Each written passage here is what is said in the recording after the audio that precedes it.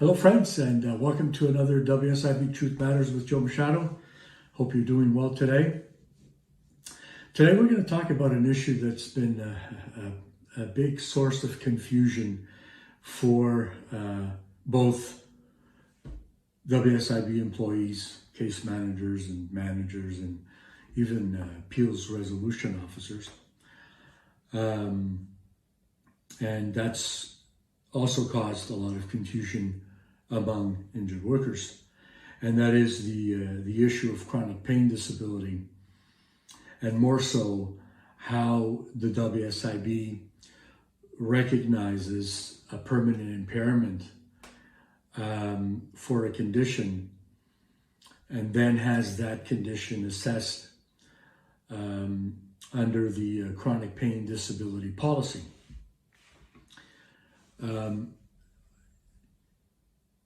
If the WSIB staff themselves, the decision makers, aren't consistent in applying the policy, inevitably that causes a lot of confusion. And this has been ongoing for decades, and they still get it wrong. So should you have your case assessed for chronic pain? Should you request chronic pain or rather entitlement under the chronic pain disability policy, which is a very specific policy that basically outlines and provides a criteria for a claim to be accepted under the chronic pain disability policy, and how a permanent impairment award, so non-economic loss for injuries after 1990, permanent disability for injuries before 1990. There is a very specific policy on how a chronic pain disability is accepted, and there's a specific policy on how chronic pain disability is rated for permanent impairment purposes. So the board's position, or the WSIB's position, has always been that chronic pain disability policy and an assessment of a permanent impairment under that policy takes a holistic approach to the rating, and takes the holistic approach to the individual and how the injury has affected the person beyond just the area of injury that caused the chronic pain. They call it a total body approach. But that doesn't really make sense when you have, for example, a back injury, and there is evidence through MRI or X-rays or CT scan or any other testing that shows that there's a physical problem in the area of your injury. So let's call it a L4, L5 disc herniation. And so the WSIB at some point, based on reviewing all of the medical, makes a determination regarding maximum medical recovery and a determination that there's a permanent impairment as a result of the back injury. And there's an assessment of that permanent impairment through a non-economic loss assessment, or prior to 1990, a permanent disability assessment. And there's a rating of that disability, and a percentage is assigned, and you get your non-economic loss payment. In the case of pre-1990, you get your percentage of your pension paid for life. So then what happens if your pain that originated from that injury goes on beyond the usual healing time for that type of injury. And that's one of the criteria,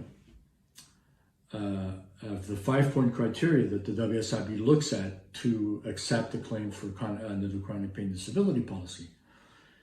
And that is that the second point criteria, and I'm going to put it up on the screen here. Chronic pain is caused by the injury.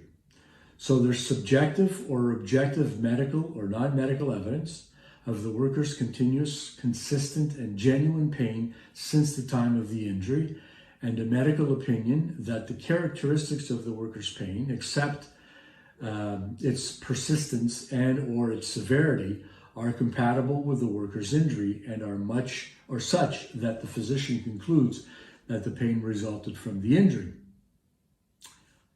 The next point, which is the criteria number 3, is the pain persists 6 or more months beyond the usual healing time of the injury. So the medical opinion of the usual healing time of the injury, the worker's pre-accident health status, and the treatments received, and subjective or objective medical or non-medical evidence of the worker's continuous, consistent, and genuine pain for 6 or more months beyond the usual healing time for the injury. So going back to the back injury, you have this injury, there's evidence of an ongoing problem. You get rated for a non-economic loss award on an organic basis, and you get assessed, but your pain then continues beyond that. And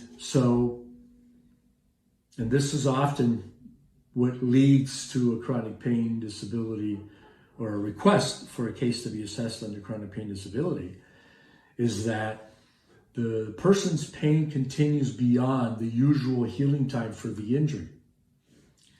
And so you have your back injury, you've had physio, you've had some other treatment, some rest, and your pain should go away, and you should be at a level where you're going to have a permanent impairment, but the pain isn't going to be as debilitating as taking over pretty much a lot of your aspects of daily living, your daily life, which leads me to the 4th and the 5th points in the 5-point criteria. So the 4th one being the degree of pain is inconsistent with organic findings.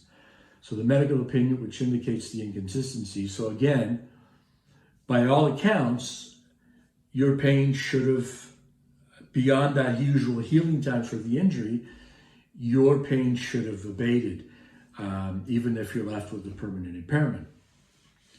And then point number 5 is the chronic pain continues and it impairs the earning capacity, and essentially has a significant impact on all levels of daily living. And so what they require is subjective evidence supported by medical or other substantial objective evidence that shows that the persistence effects of the chronic pain in terms of consistent and marked life disruption.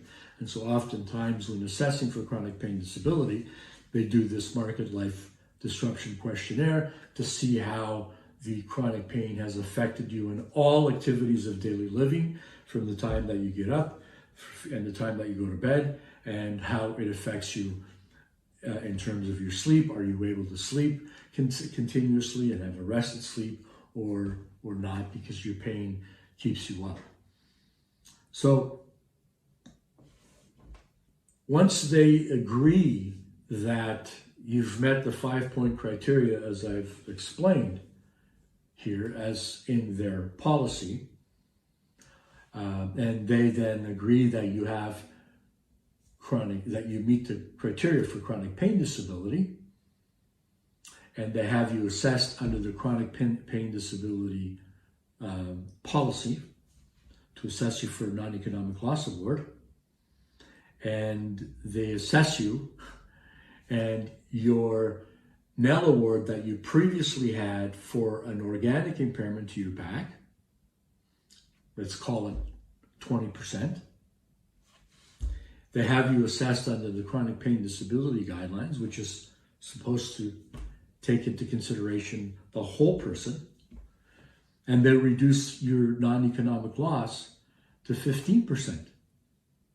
So, in other words, the chronic pain disability assessment yielded a 15% disability, which now they use to replace the 20% impairment that you had on an organic basis.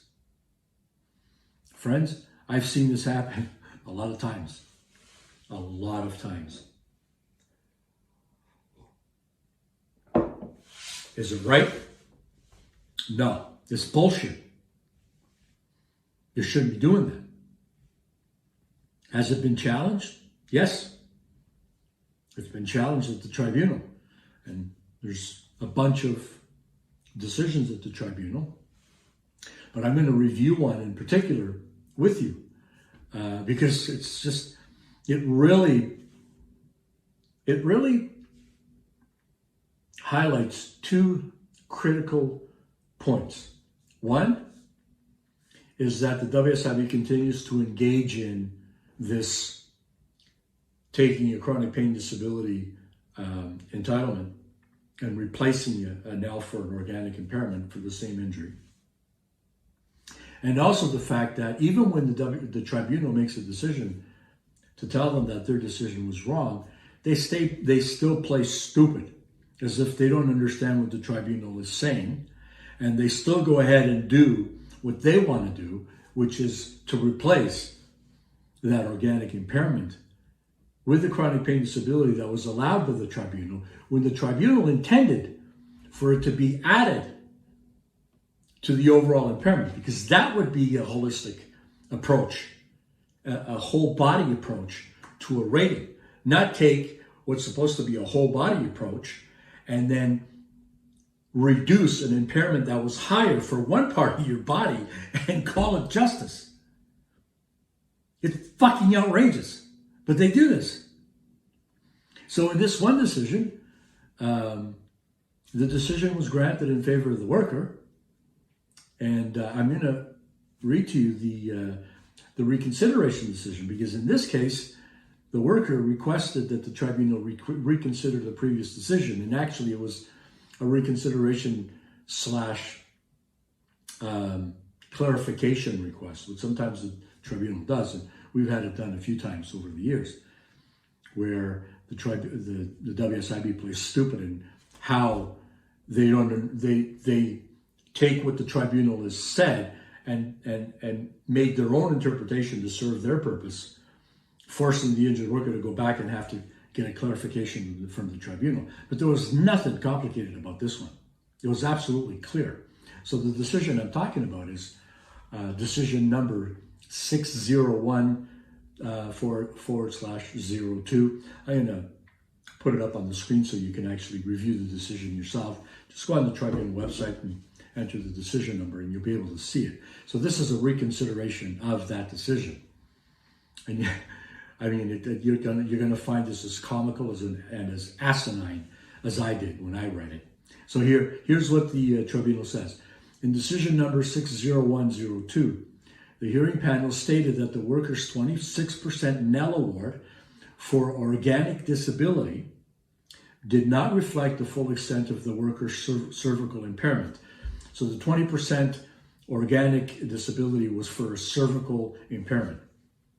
And the WSIB initially assessed them at 26% on an organic basis.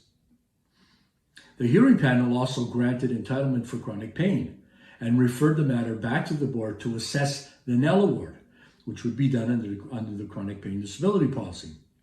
The board assessed the worker for a 15% NEL award. That's 11% less for the chronic pain, and replaced the 26% NEL award for organic impairment with the 15% NEL award for chronic pain. It was clearly the understanding of the hearing panel that by remitting the matter back to the board for a chronic pain NEL assessment, that worker's NEL award would be increased based on the full extent of his organic and non-organic impairment. In the circumstances, the panel amended the original decision by stating that the panel will determine the issue of the NEL award after completion of the NEL assessment for the chronic pain.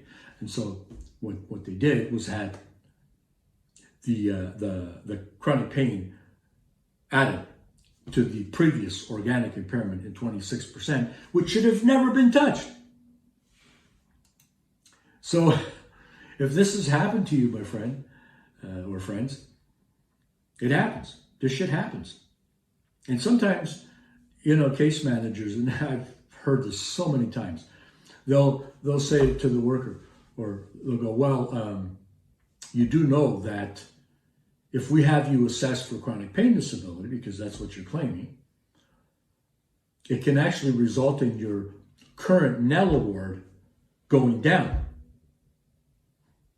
They have the audacity to actually present this to a worker who has absolutely no idea how the chronic pain disability policy works and how the rating schedule works, how the organic impairment rating schedule works. No idea, no expertise, nothing. And they put the worker in a position where, well, you know what? I'm going to load this gun with one shot, and if you pull the trigger, you may just get that bullet, and then you're going to be shit out of luck. So be careful what you ask for. Come on, really? It's a fucking joke. It really is. But they do this shit. So if you've had this happen to you, and you have concerns about it, send me an email, joemachado@WSIBsettlements.com. We'll look at the matter. We'll look at whether or not it's in line with the law, which in most cases it is not.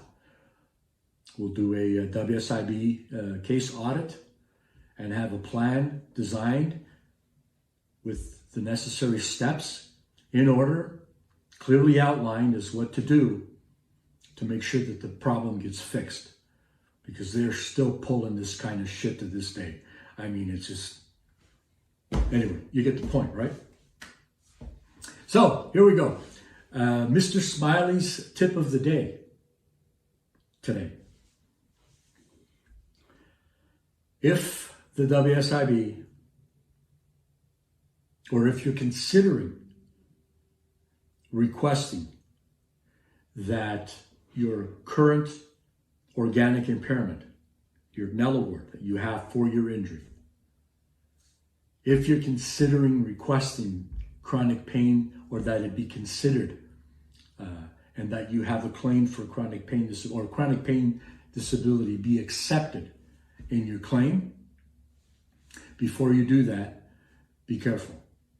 So you don't have to go through all of these headaches like this person had to go through, and countless others, to finally get the WSIB to get it corrected, because the tribunal had to spank them, not once, but twice. They had to be spanked twice, like a complete fucking idiot, twice, to get the point, to make sure that this person was, or got, what he was entitled to receive. All right, friends? As always, it's never boring, not in my mind anyway. And when I put it out there, I'm sure you're not getting bored either. You're probably going right now, oh, shit, that happened to me. Holy shit, that's exactly what happened to me. I know, because it happens. All right, friends. So if you're new to the channel, welcome to the channel. If you're not a subscriber, I invite you to become a subscriber. It's free. Everything you get on this channel is free. I've got over 120 videos, and I got a ton more to come out with, and over 30 years of experience when I do these videos and the information that I give you. We can also help you at WSIBsettlements.com if you're looking for somebody to help you with your WSIB claim. We have a very good program that was developed to help injured workers. And to my subscribers, thank you for sharing my videos. It's helping me to build the channel, and I never get tired of thanking you, because it is a big blessing and a big support to help me to build this channel. And hopefully we can reach out and touch every injured worker in this province and let them know that, you know what, you don't have to take their bullshit. There are ways to beat them. All right, friends, and until the next time, take care.